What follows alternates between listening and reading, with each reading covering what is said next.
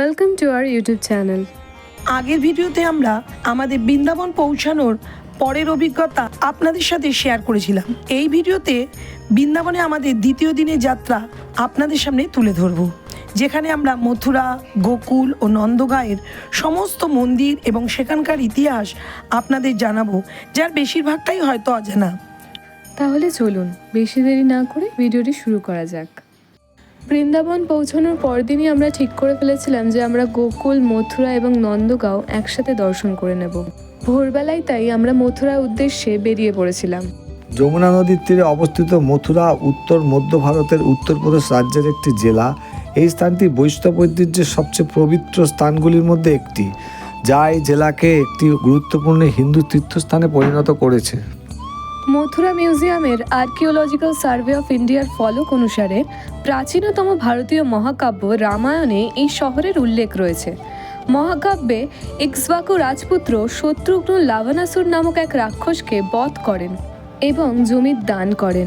পরবর্তীকালে স্থানটি ঘন বনভূমির কারণে মধুবন নামে পরিচিত হয়, যা পরে মধুপুরা এবং বর্তমানে মথুরা নামে পরিচিত। মথুরা যাওয়ার পথেই মথুরা বৃন্দাবন সড়কের ওপরেই পাগল বাবা মন্দির অবস্থিত, তাই আমরা ঠিক করলাম পাগল বাবা মন্দির দর্শন করেই আমরা মথুরার দিকে অগ্রসর হব। সারা মথুরা বৃন্দাবন ঘিরেই প্রচুর অলৌকিক ঘটনা এবং কাহিনী আছে। সেরকমই একটি কাহিনী এই পাগল বাবা মন্দির ঘিরেও রয়েছে। এখানে ঢোকার জন্য কিন্তু টিকিট কেটে ঢুকতে হয়।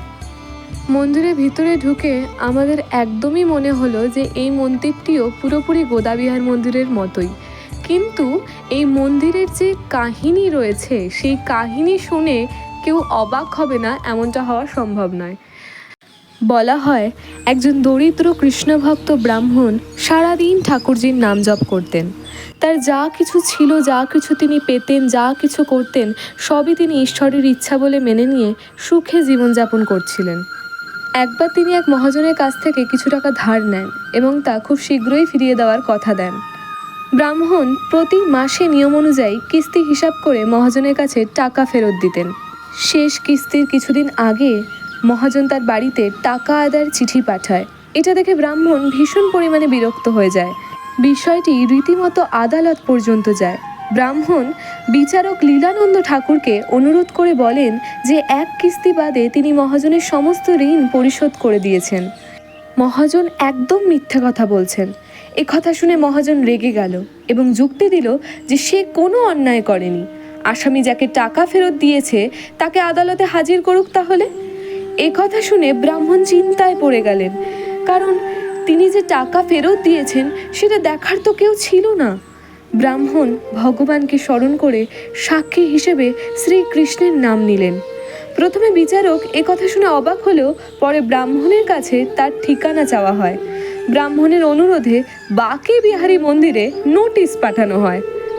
হাজিরার তারিখে এক বৃদ্ধ লোক আদালতে হাজির হয়। সেই বৃদ্ধ লোকটি আদালতে টাকা ফেরতের প্রতিটি তারিখ এমনভাবে বর্ণনা করলেন যেন তার সব তারিখ মনে আছে।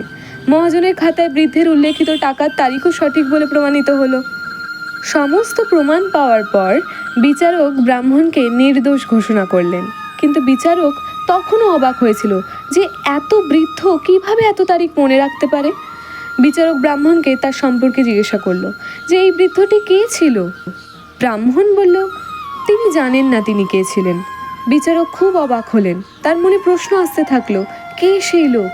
এই ধাঁধার সমাধান করার জন্য পরের দিন তিনি বাকে বিহারী মন্দিরে গেলেন।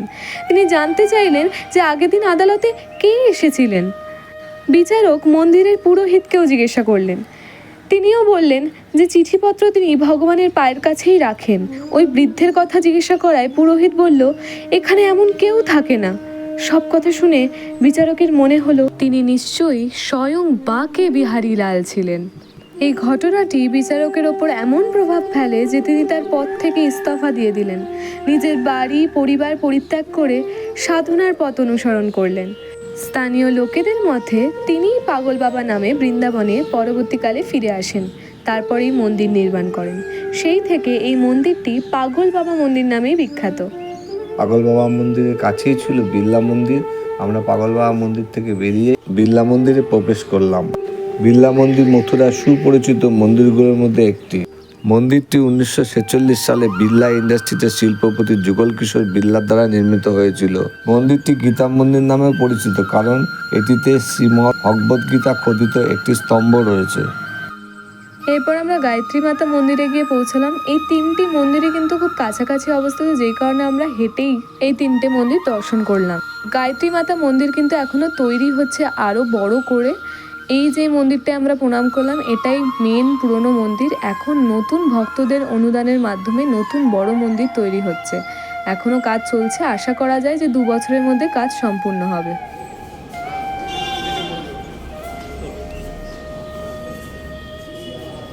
এরপর আমরা মথুরায় পৌঁছেই কৃষ্ণের জন্মভূমির দিকে এগোলাম। রাস্তাটা সমতল থেকে একটু উঁচু টিলার ওপর ছিল, তো আমরা যথারীতি ওই টিলা বেয়ে ওপরে উঠে কৃষ্ণের জন্মভূমিতে পৌঁছে গেলাম। মথুরায় অবস্থিত হিন্দু মন্দিরগুলির মধ্যে সবচেয়ে গুরুত্বপূর্ণ হলো কৃষ্ণ জন্মভূমির মন্দির। প্রাঙ্গণের ভেতরে 3টি প্রধান মন্দির রয়েছে। কেশবদেব মন্দির, যা কৃষ্ণকে উৎসর্গ করা হয়েছে; গর্ভগৃহ, যেখানে কৃষ্ণ দ্বাপর যুগে জন্মগ্রহণ করেছিলেন বলে বিশ্বাস করা হয়; এবং ভাগবত ভবন, যেখানে প্রধান দেবতা রাধা কৃষ্ণ। ভেতরে ছবি তোলা কোনোভাবেই সম্ভব না। আমাদের ক্যামেরা, ফোন এবং ফটোগ্রাফির সব জিনিসপত্র আমাদের জমা দিয়ে দিতে হয়েছে। তাই আমরা খালি বাইরেটুকুই আপনাদের দেখাতে পারবো, ভেতরের আমরা প্রাঙ্গণ এবং ভাগবত ভবন কোনো কিছুই আপনাদেরকে দেখাতে পারবো না। তাই এখান থেকেই আমরা পরবর্তী আমাদের নন্দগাঁওয়ের যাত্রা আপনাদের সাথে শেয়ার করব। এত দূরই থাক। এর পরের ভিডিওতে আমাদের এই যাত্রারই পার্ট 2 আসবে। ভিডিওটি যদি ভালো লেগে থাকে তাহলে লাইক, শেয়ার অ্যান্ড সাবস্ক্রাইব করতে ভুলবেন না। ধন্যবাদ।